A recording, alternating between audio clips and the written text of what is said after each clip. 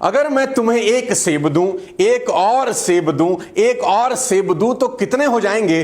Teacher ने बच्चे से क्लासरूम में पूछा। बच्चे ने कहा मैडम 4। टीचर ने दोबारा पूछा अगर मैं तुम्हें एक सेब दूं, एक और दूं, एक और दूं तो कितने हो जाएंगे? बच्चे ने कहा मैडम 4। टीचर ने कहा इतना शानदार विद्यार्थी इतनी छोटी सी बात का जवाब नहीं दे पा रहा। उसने कहा ध्यान से सुन, मन लगा के सुन, अगर मैं तुझे एक सेब दूं बेटा, एक और दूं बेटा, और एक और दूं तो कितने हो जाएंगे? उसने बोला मैडम 4। टीचर को बहुत गुस्सा आया। उसने कहा सवाल को ट्विस्ट करते हैं। उसने क्वेश्चन ट्विस्ट किया। उसने कहा बेटा अगर मैं तुझे एक संतरा दूं, एक और संतरा दूं, एक और संतरा दूं तो कितने हो जाएंगे? बच्चे ने कहा मैडम बहुत आसान है, 3। मैडम ने कहा अरे ये क्या है? उसने फिर से पूछा अगर मैं तुझे एक सेब दूं बेटा, एक और सेब दूं बेटा, एक और दूं तो कितने हो जाएंगे? उसने बोला मैडम 4। अब टीचर भन-भना गई। टीचर ने कहा संतरे 3 और सेब 4 कैसे? उसने कहा मैडम एक सेब बस्ते में मेरे पास पहले से ही है।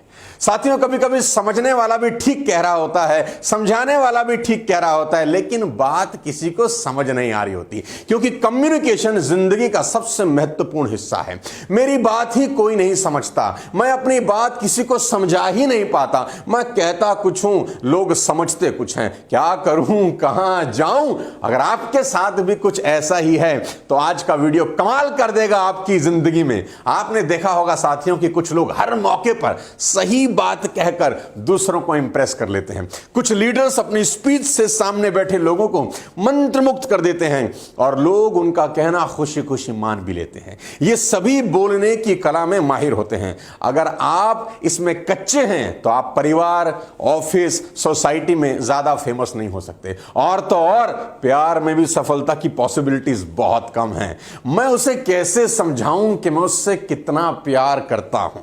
वो समझती ही नहीं है। अगर आप सेल्स की दुनिया में हैं तो वहां भी इफेक्टिव कम्युनिकेशन की बेहद जरूरत होती है, क्योंकि कहते हैं अगर आप कनेक्ट नहीं कर सकते तो फिर आप कन्विंस भी नहीं कर सकते, क्योंकि कन्विंस करने के लिए सबसे पहले कनेक्ट करना बेहद जरूरी है। साथियों Mahatma Gandhi was considered a leader par excellence because वो शब्दों से खेलना जानते थे। जब सोशल मीडिया का जमाना नहीं था तब भी लाखों लोगों की भीड़ उन्हें सुनने पहुंचती थी। We know Vivekananda because he has mastery in communication. दोस्तों इस दुनिया में जितनी भी क्रांति हुई हैं उनका ट्रिगर किसी ना किसी शानदार बोलने वालों के हाथ में था। And on the other hand, some of the best players in the world have never been good captains because they didn't know how to communicate.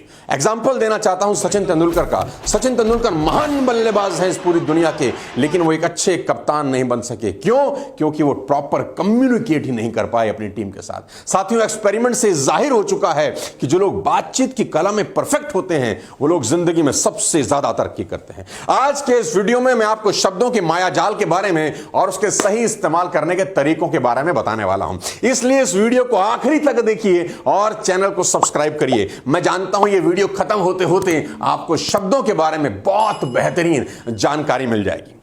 ईश्वर ने हमें 2 कान और 1 मुंह दिया है ताकि सुने ज्यादा और बोले कम। ये कभी ना भूलें कि बोलना मुंह का पार्ट टाइम काम है। मुंह का मुख्य काम खाना खाना और पानी पीना है, लेकिन लोगों ने मुंह का मुख्य काम बोलने का बना दिया है।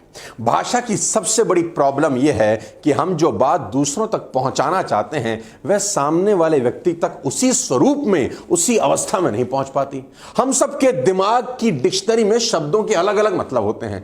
कंप्यूटर का एग्जांपल उठा के देख लीजिए। आप कोई वर्ड टाइप करते हैं कंप्यूटर में, जो कंप्यूटर की डिक्शनरी में है ही नहीं, तो क्या होता है? नीचे एक लाइन आ जाती है, खटक कि कुछ गलत हो रहा है, उसके नीचे एक लाइन आ जाती है। ऐसे ही हमारे दिमाग की डिक्शनरी में भी कई शब्द नहीं होते, इसलिए हम मजबूरी में गलत मतलब निकाल लेते हैं। मान ले आप कहते हैं कि यह लड़का बड़ा बदमाश है।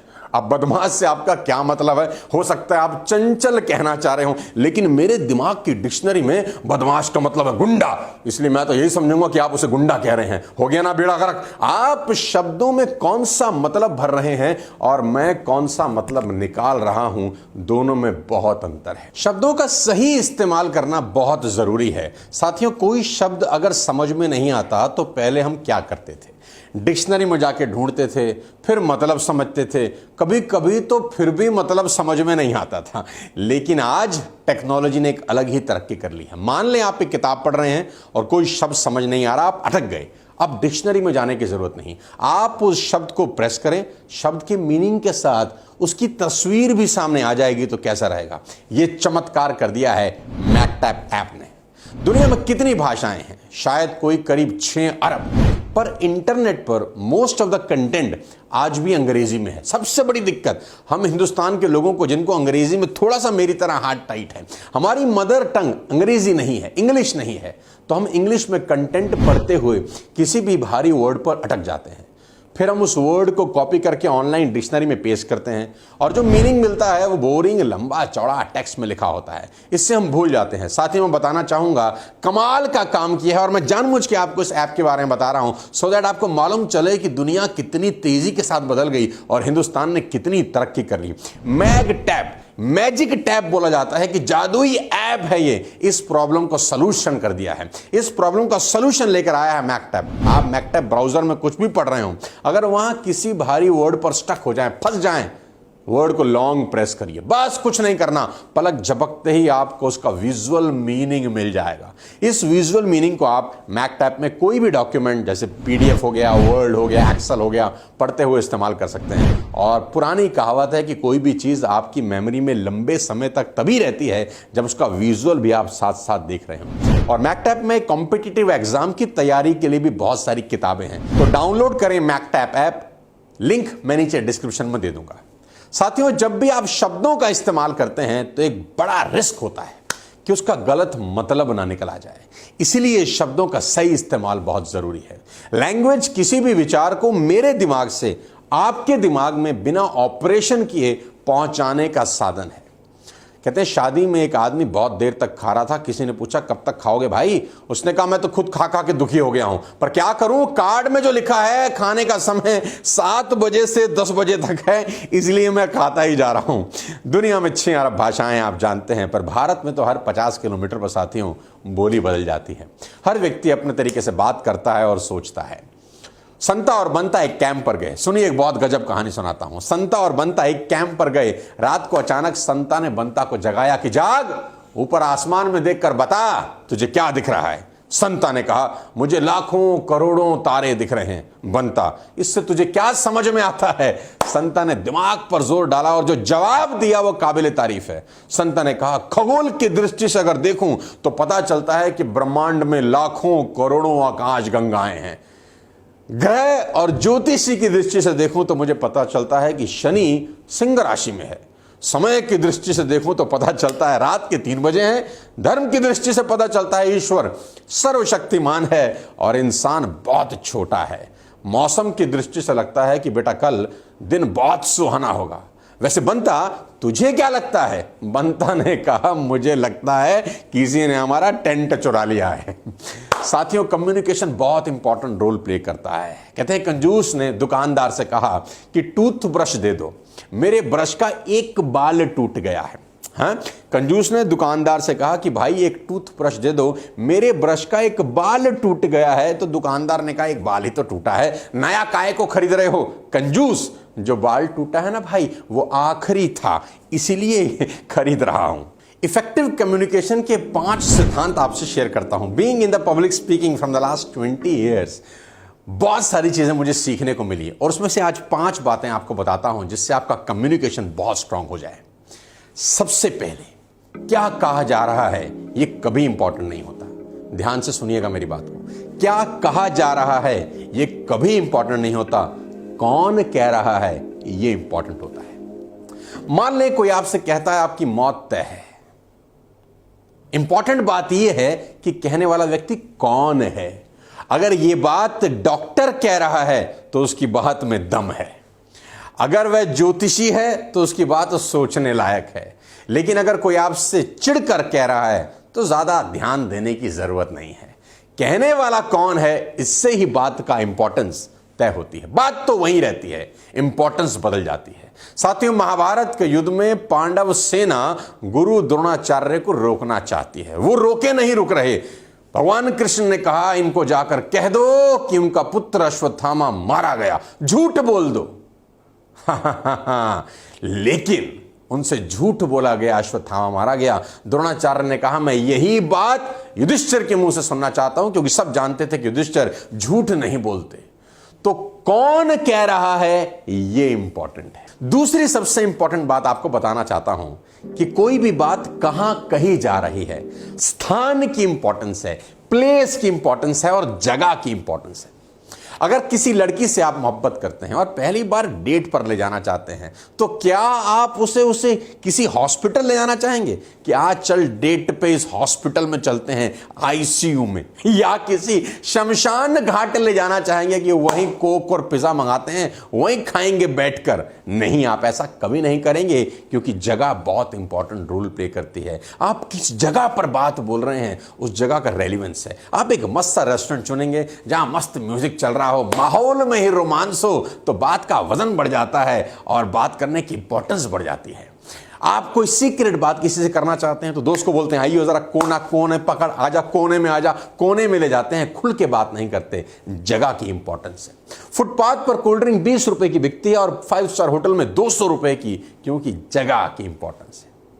तीसरी सबसे इंपॉर्टेंट बात आपसे बता देना चाहता हूं कि कोई भी बात जब आप करते हैं तो क्या वो कॉन्फिडेंस, एक्साइटमेंट के साथ की जा रही है कि नहीं। बात वही है, उसकी ग्रेविटी बढ़ जाती है अगर आप कम्युनिकेशन एक्साइटमेंट के साथ करते हैं। उदाहरण देता हूं मैं आपको। बहुत बड़े महानायक हुए हमारे नेताजी सुभाष चंद्र बोस, उनका एक फेमस डायलॉग है, आप सबको पता होगा कि तुम मुझे खून दो मैं तुम्हें आजादी दूंगा। अंदाज लगाइए कि लोगों ने नसें काट दी, लोगों ने अपनी जिंदगी दांव पर लगा दी नेताजी के कहने पर। लेकिन सोचिए अगर नेताजी बैठे होते और 100, 200, 300 लोग उनके सामने होते और नेताजी भाषण दे रहे हैं कि साथियों देश को तुम्हारी बहुत जरूरत है, बहुत ढीला ढाला बोल रहे होते, ऐसा करो, हाँ सुधीर जी, हाँ संजय जी, तुम एक काम करो, तुम ना मुझे वो दे दो, वो जो लाल रंग का होता है ना तुम्हारी नसों में, हाँ तुम मुझे वो दे दो, हाँ तुम मुझे खून दे दो और मैं थोड़ी सी कोशिश करता हूं कि थोड़ी कहीं मिल जाए तो मैं तुम्हें आजादी ला दूंगा। क्या कोई साथ देता? नहीं। नेताजी सुभाष चंद्र बोस अपनी आंखों में खून उतार के बोल रहे हैं पब्लिक को कि साथियों देश को तुम्हारी जरूरत है, तुम मुझे खून दो मैं तुम्हें आजादी दूंगा। लोगों ने अपनी जिंदगी दांव पर लगा दी। कम्युनिकेशन का सबसे इंपॉर्टेंट रोल है कि आप एक्साइटमेंट के साथ बात कर रहे हैं कि नहीं कर रहे हैं। चौथी सबसे इंपॉर्टेंट बात आपको बताऊं, आपका दिल खुश हो जाएगा, कि ध्यान से सुनिए। जब भी आप किसी को सुनते हैं ना तो ध्यान से सुनिए। और मेरा फेमस डायलॉग है, कभी रिएक्ट नहीं, रिस्पॉन्ड करिए। लोग बहुत जल्दी सुनते हैं और जल्दी रिएक्ट कर जाते हैं। वो सुनने के लिए नहीं सुनते, वो जवाब देने के लिए सुनते हैं।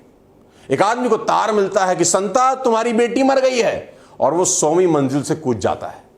50वीं मंजिल तक नीचे आते आते उसे याद आता है कि मेरी तो कोई बेटी ही नहीं है। 25वीं मंजिल तक याद आता है कि मेरी तो शादी ही नहीं हुई। और 10वीं मंजिल पर याद आता है साला मैं तो संता नहीं बनता हूं। यानी रिएक्ट किया, रिस्पॉन्ड नहीं किया। ध्यान से सुने।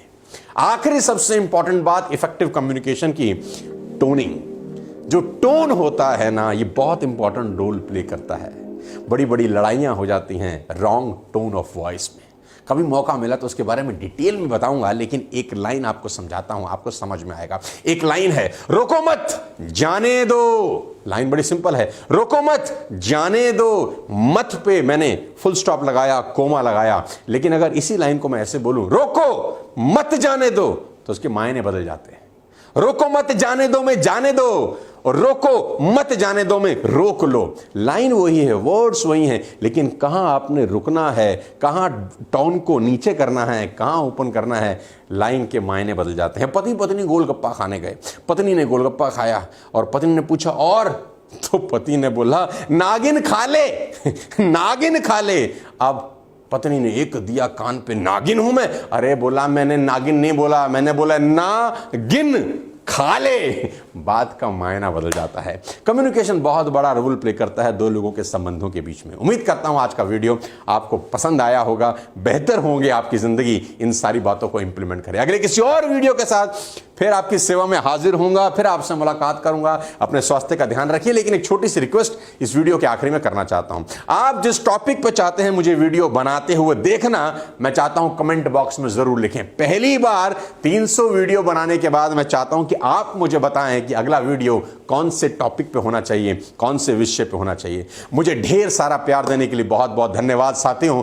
हम 10 मिलियन सब्सक्राइबर की तरफ बढ़ रहे हैं और जहां तक मुझे उम्मीद है अगले 1 महीने के अंदर हम इस उपलब्धि को पालेंगे। तो सब्सक्राइब करिए अपने फेवरेट चैनल को और जल्दी से इसको 10 मिलियन बनाने में हम सबकी मदद करिए। तो मेरी बहुत बहुत शुभकामनाएं, अपने स्वास्थ्य का ध्यान रखिए। Wish you all the best. Thank you so much. God bless you. जय हिंद।